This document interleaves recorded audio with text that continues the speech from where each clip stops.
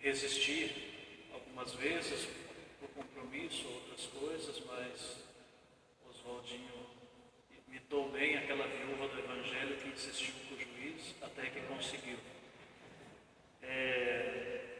Nesta ocasião, nós queremos pedir que o Espírito Santo, que fecundou o ventre virginal de Maria Santíssima, que ele nos ajude, fecundando o nosso próprio coração, nos ajude a compreender melhor o mistério do nascimento de Jesus Cristo, que estamos prestes a celebrar. Aí as portas do Natal já, não? Então eu lhes proponho para esta reflexão, a partir da Palavra de Deus, o episódio do nascimento de Nosso Senhor, o evangelista Lucas, a partir do capítulo 2 até o versículo 20. Lucas 2, 1 a 20, portanto. Lucas 2, 1 a 20. Quem trouxe a Bíblia pode tomar o texto das mãos e vamos acompanhá-lo junto.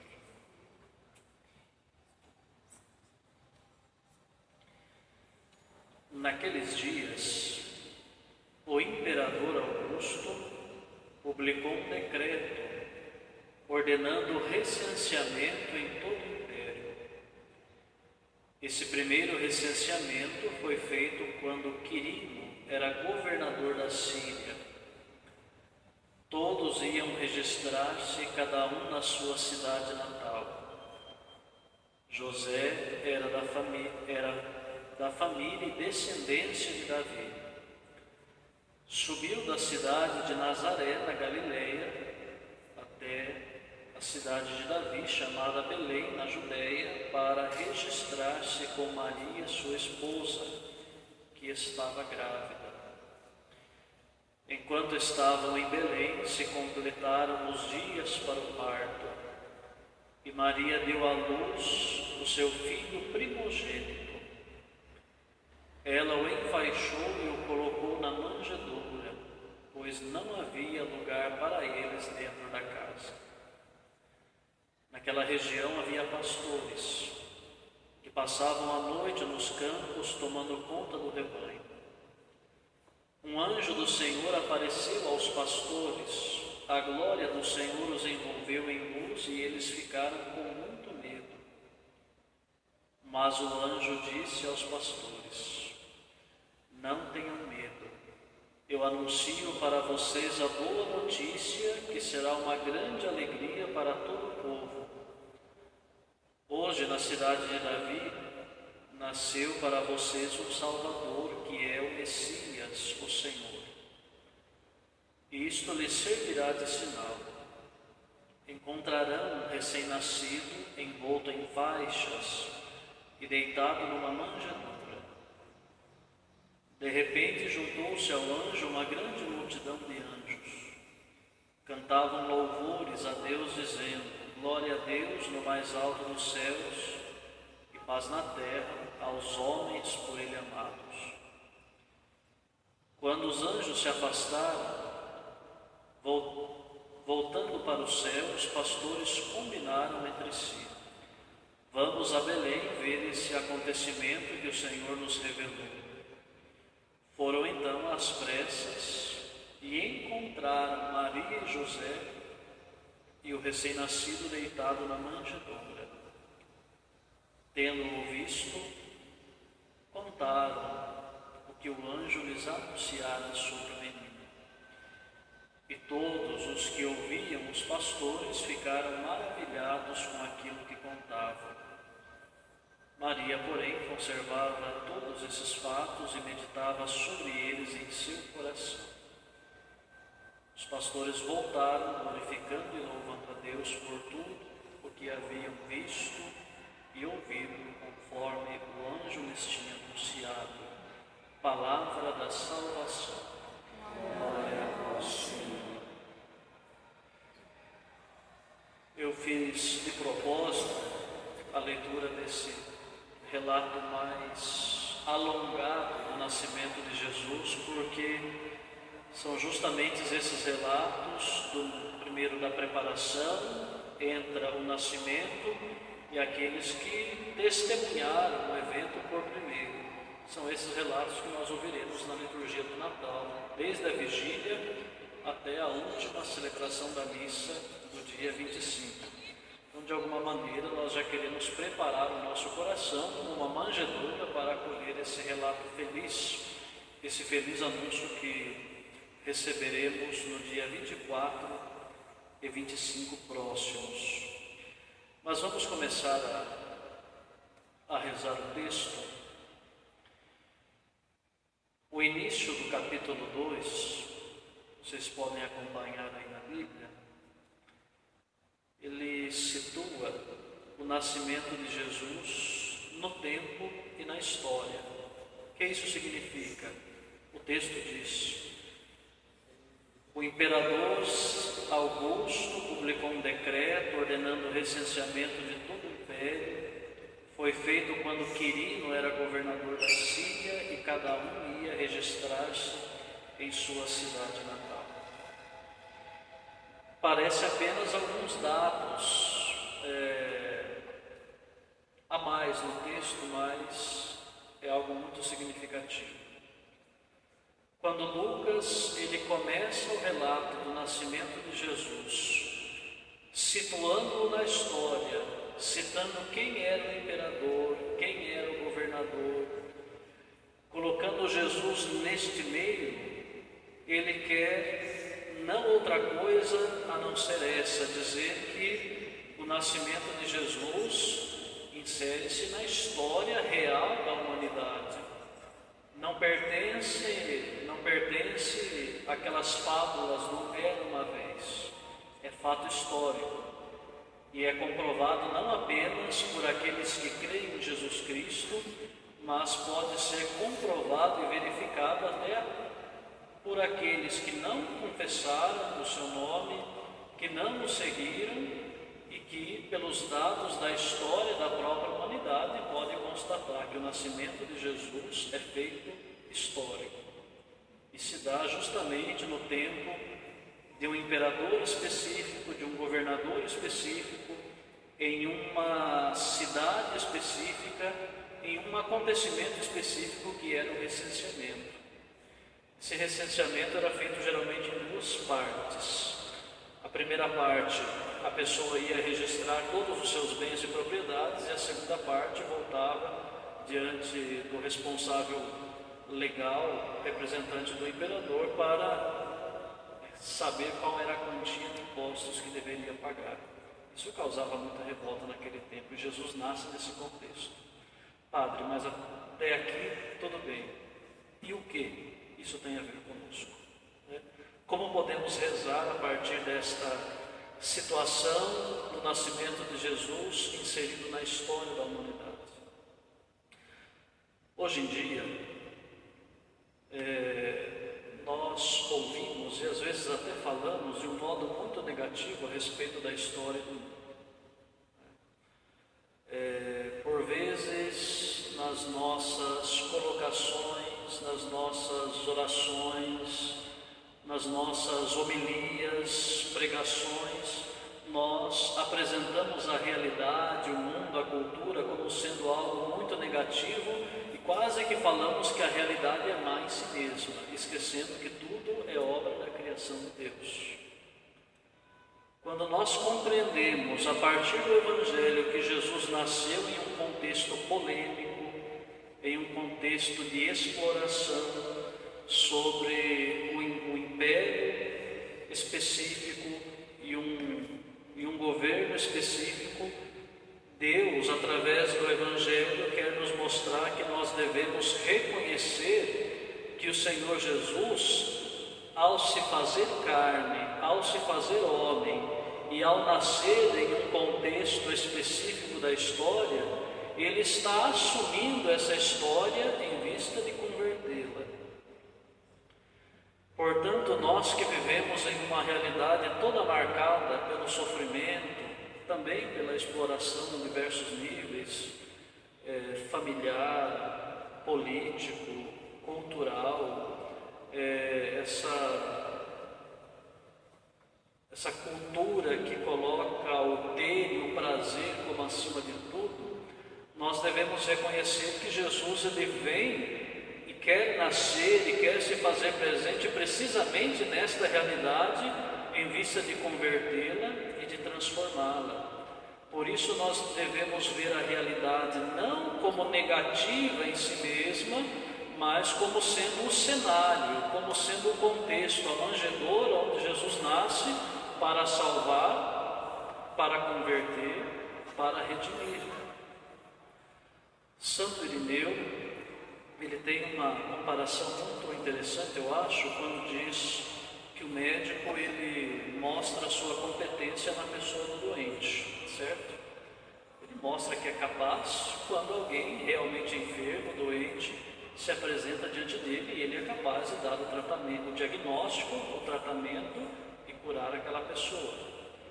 Deus ele mostra, continuando agora com o exemplo de Santo Irineu, Deus ele mostra a sua misericórdia precisamente no pecador e na realidade marcada pelo pecado.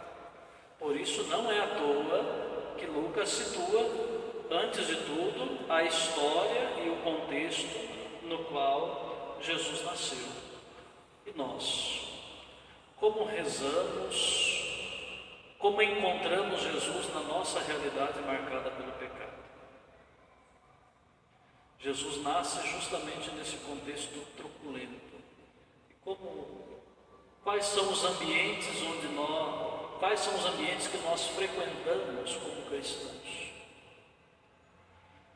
Nós temos uma família cristã, a maioria de nós pelo menos, mas nós frequentamos lugares que, embora as pessoas que por ele passem se digam cristãs, às vezes não se comportam como cristãs. É justamente nesses ambientes, nessas praças, em que nós devemos reconhecer e favorecer que Jesus nasça. E como nós vamos fazer que Jesus nasça nesses contextos marcados pelo pecado, como nesse contexto do Evangelho? Ele nasce através de cada um de nós. O batizado se torna cristão, e cristão nós sabemos significa outro Cristo. Nós somos os responsáveis hoje por fazer Cristo nascer, como nasceu nesta realidade, nascer na nossa realidade marcada pelo fracasso, pelo insucesso, pelo sofrimento, pelo pecado, pela promoção desenfreada do prazer, do sexo pelo sexo, marcado pelo consumismo, pela falta de dignidade da pessoa humana, de violência em diversos níveis, o aborto que aí está, corrupção em âmbito político. Então nós, como cristãos, devemos, pela nossa vida, pelo nosso testemunho, favorecer que Jesus nasça nessa realidade sofrida, como nasceu nesta realidade sofrida e marcada pelo pecado. Ele quer justamente nascer nesta realidade para transformá-la. Do contrário, Jesus teria nascido dentro de um templo suntuoso dos fariseus, dos saduceus, teria nascido dentro de uma sinagoga, ficado lá, recebido toda a honra, todo o benefício que seria digno, pois era o Filho de Deus, mas não, ele quis nascer justamente nesse contexto, nesse momento. E agora, em síntese, o que eu quero dizer é, não vemos a história como uma em si mesma, mas como sendo a ocasião e o cenário onde Deus quer nascer a partir do meu testemunho. Então, cada um de nós é responsável por fazer Jesus nascer. A igreja, diz o concílio diz que Maria é o ícone mais perfeito da igreja. Ouvimos o relato de Maria hoje na missa, né? Nós, então, como igreja, que temos Maria como ícone, nós devemos compreender que nós, enquanto igreja, gestamos o Senhor, estamos grávidos do Senhor, somos responsáveis por fazê-lo nascer e anunciá-lo pela palavra, pelos sacramentos, mas sobretudo pelo bom testemunho, fazê-lo nascer nesta realidade sofrida. Então Jesus não vai nascer de uma maneira mágica, milagrosa, mas de uma maneira histórica, né?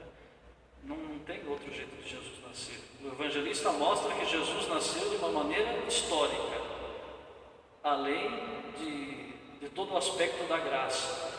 Então não tem como a gente esperar que Jesus vai se manifestar de outra maneira a não ser pela nossa história, pelo meu compromisso concreto, pelos nossos gestos concretos da vida moral, na sociedade, na família, na igreja, em todos os ambientes que frequentamos.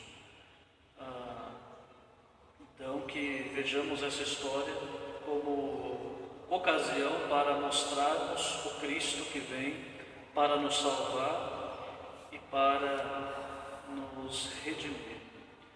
Prosseguindo o relato, após o evangelista dizer que José subiu com Maria para a cidade de Davi, chamada Belém na Judeia, situa, dizendo que foi justamente para registrar-se, e enquanto estavam em Belém, se completaram os dias para o parto, e Maria ali deu à luz ao primogênito.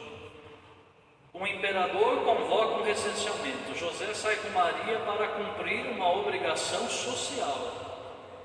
E justamente nesse caminho para cumprir uma obrigação social, quando passam pela cidade de Belém, onde diziam os profetas, ali nasceria o Messias, justamente aí nessa viagem o menino nasce. Aquele imperador, que chamava Augusto, isto é, o Grande, atribuía-se um título teofânico, segundo Papa Emérito Bento XVI, nesse livro que ele trata da infância de Jesus, diz que os imperadores arrogavam a si mesmos um título teofânico, eles eram dignos de adoração, eles eram responsáveis por promover a paz em todo o mundo. Então, esse imperador, que se julgava Deus com D minúsculo, digno de adoração e de louvor, que julgava-se o único responsável por estabelecer a paz em todo o mundo, essa universalidade da paz, sem querer ele contribui para a realização e o cumprimento de todas as profecias que diziam respeito à vinda de Jesus Cristo.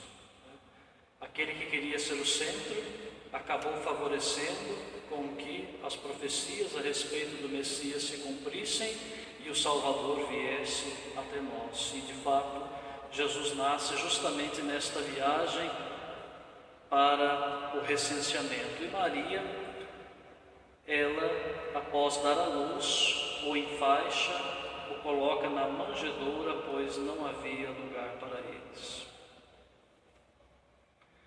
Não havia lugar para eles. Aqui já não é somente um aspecto histórico do texto, no sentido de não encontrei lugar. Também é um aspecto teológico e espiritual que nós devemos compreender e rezar hoje. Encontrar lugar não é somente um lugar físico para repousar, mas é um lugar espiritual, humano. E aqui, já no seu nascimento, nós compreendemos aquilo que Jesus iria dizer para os seus discípulos depois.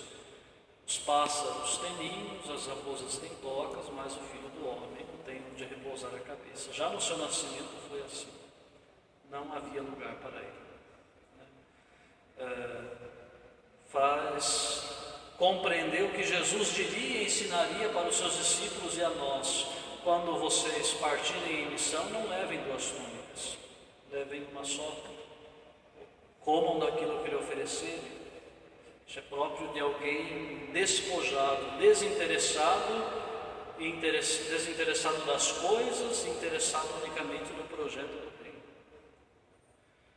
Mas também nós devemos compreender sobre esse prisma o fato de nascer em uma manjedoura, em um lugar simples, retirado, mostra que o nosso ser cristão, ele deve estar retirado, afastado de todas aquelas realidades que querem se sobrepor ao reino e trazendo para si a centralidade de toda a vida humana. Quero dizer, Jesus nasce na manjedoura em um contexto pastoril.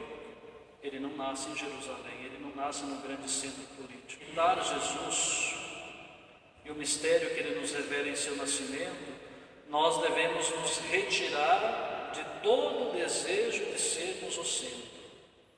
Retirarmos-nos de tudo aquilo que pode dar a centralidade de um projeto à nossa pessoa ou ao nosso grupo, nos retirarmos de todo o desejo de sermos bem vistos, de ganharmos status, de termos certos privilégios e benefícios por causa do seguimento de Jesus. Então, nasce longe do centro, nasce em um contexto pastoril, aquela realidade marcada pela opressão, pela escravidão, pela indignidade. Não, essas realidades não devem dizer respeito a nós também. Apesar de não satanizar a realidade, por assim dizer, nós devemos... O fato de não satanizar a realidade não significa que devamos assumi-la como tal. Devemos assumi-la em vista de transformá-la. É isso que o nascimento de Jesus, ele nos revela, essa a intenção do Senhor quando veio entre nós. O que Maria faz quando dá a luz a Jesus? Ela o enfaixa e o coloca na manjedoura. O enfaixa, não é simplesmente colocar ali uma mantinha, uma fraldinha. Enfaixar era o costume da época, enfaixar quem? Os mortos, aqueles que seriam sepultados. Aqui nós já compreendemos que o nascimento de Jesus, a sua encarnação, tem em vista a sua morte e ressurreição. É um mistério único. Nós não podemos separar o Natal da Páscoa, portanto. Aquele que se encarnou e nasceu foi para morrer e ressuscitar. Então, quando Maria enfaixa o menino, ela já como que vai intuindo, compreendendo que a missão dele é ser o sacrifício vivo que redimiria toda a humanidade diante do Pai. Jesus, ele nasce como a oferta agradável a Deus. E nós que assim o reconhecemos e compreendemos, devemos fazer todo o necessário para valorizar essa humanidade de Cristo que Ele entregou em sacrifício pela nossa redenção. E nós valorizamos a humanidade de Cristo, quero dizer, nós valorizamos a encarnação de Jesus, Deus que se fez homem, se fez um de nós. Nós valorizaremos ainda mais o Natal do Senhor, a sua encarnação, se valorizarmos a sua humanidade na nossa humanidade. Quanto mais a nossa humanidade for digna, mais valor, mais honra, mais devoção nós estaremos concedendo ao nascimento de Jesus, ao Natal que estamos por celebrar. Então, honrar a encarnação de Jesus e a humanidade de Jesus na nossa humanidade. Isso significa sermos promotores da vida. Infelizmente, nós estamos vivendo em um contexto onde diversos grupos, de maneira, não só na política, mas de maneira sorrateira, querem instituir o aborto. Não é por causa da dignidade da mulher, não é.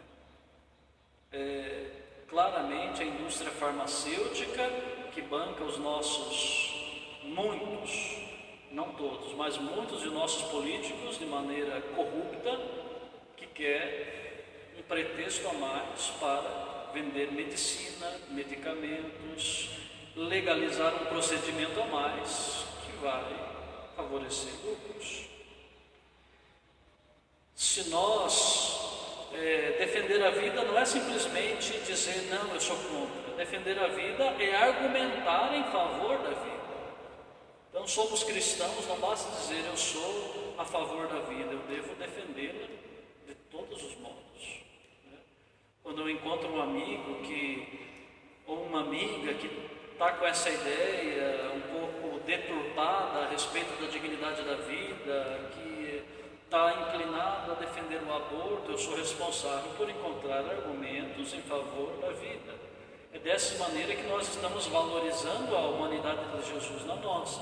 Se a vida do homem não fosse importante, desde a sua concepção, Deus teria encontrado uma outra maneira de enviar o seu Filho ao mundo, sem ser pelo ventre de uma mulher, concebido, gerado em todos os momentos, como nós somos gerados.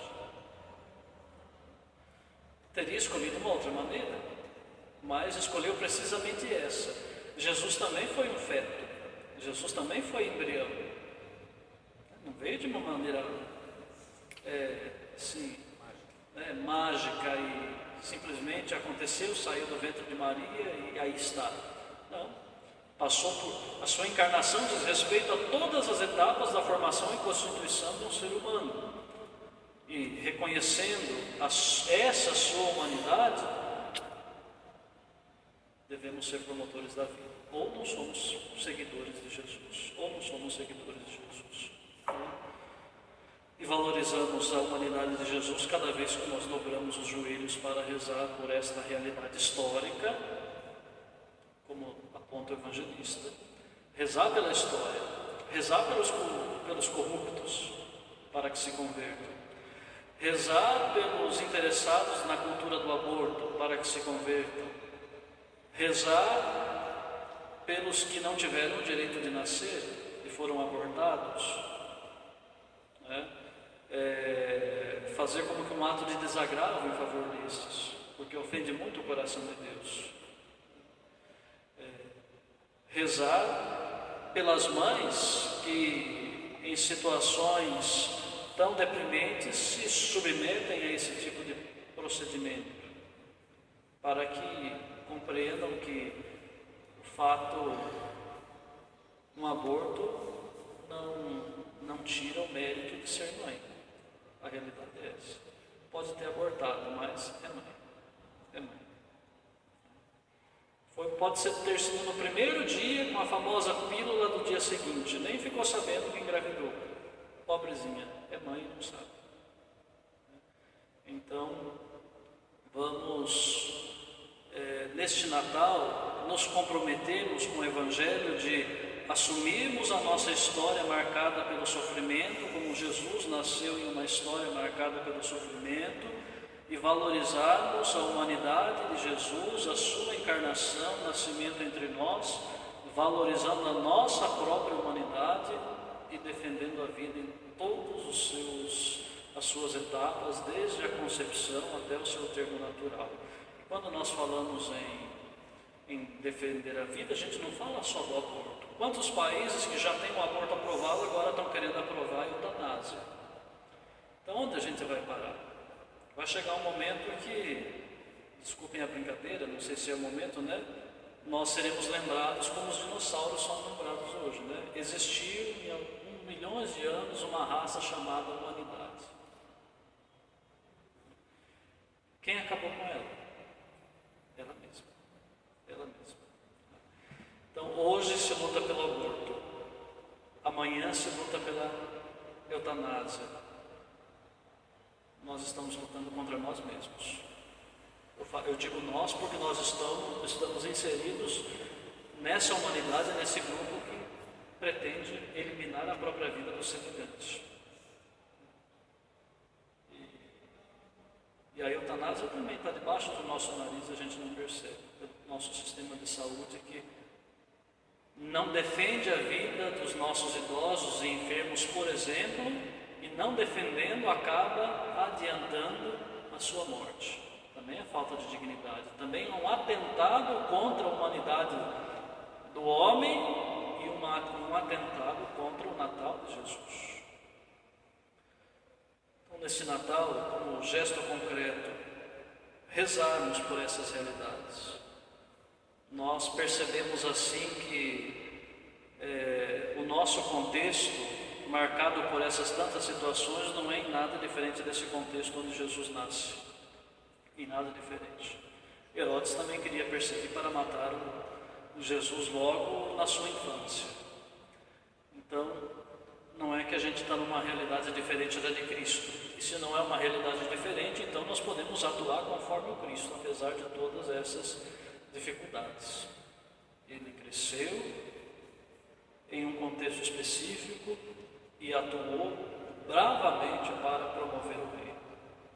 Hoje nós, ele se faz presente, ele atua através de nós, batizados, no nosso compromisso, nos nossos ministérios específicos, na igreja, na família, nas nossas profissões, etc. Então, sejamos promotores da vida, defendendo a humanidade de Jesus na nossa humanidade.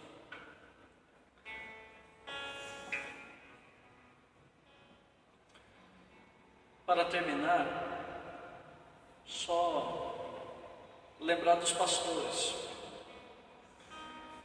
Claro, Belém era uma cidade pastoril, muito natural que Jesus nascesse no meio de pastores. Mas também aqui se revela algo muito especial, para além de toda coincidência ou algo semelhante. Nasce entre pastores aquele que através de José, é da descendência de Davi. Nós sabemos que Davi, ele foi chamado por Samuel, Deus pediu para chamar enquanto Davi estava apacentando o rebanho. Davi era pastor, foi chamado pelo profeta, Deus o escolheu para ungir o rei. Está nascendo o novo pastor, não mais Davi, mas o pastor de toda a humanidade. Sem este pastor, o rebanho perde o norte, perde o rumo, e o nosso rumo é a salvação, é a eternidade. Então, quem nasce neste Natal é o pastor da humanidade, é o pastor de nossas almas, Jesus Cristo, da descendência de Davi. E queremos hoje pedir que esse bom pastor nos acompanhe, nos conduza por esses prados, por esses vales da história, nos ajudando a transformar toda a situação de morte em situação de vida e de alegria, como Ele nos trouxe em seu Natal. Que Ele nos ajude, que Maria Santíssima, que deu a luz ao Filho de Deus, nos acompanhe com a sua intercessão e que o Santo Evangelho possa ser a nossa bússola, a nossa arma de evangelização para transformar essa história marcada pela morte e sofrimento. Amém? E assim seja.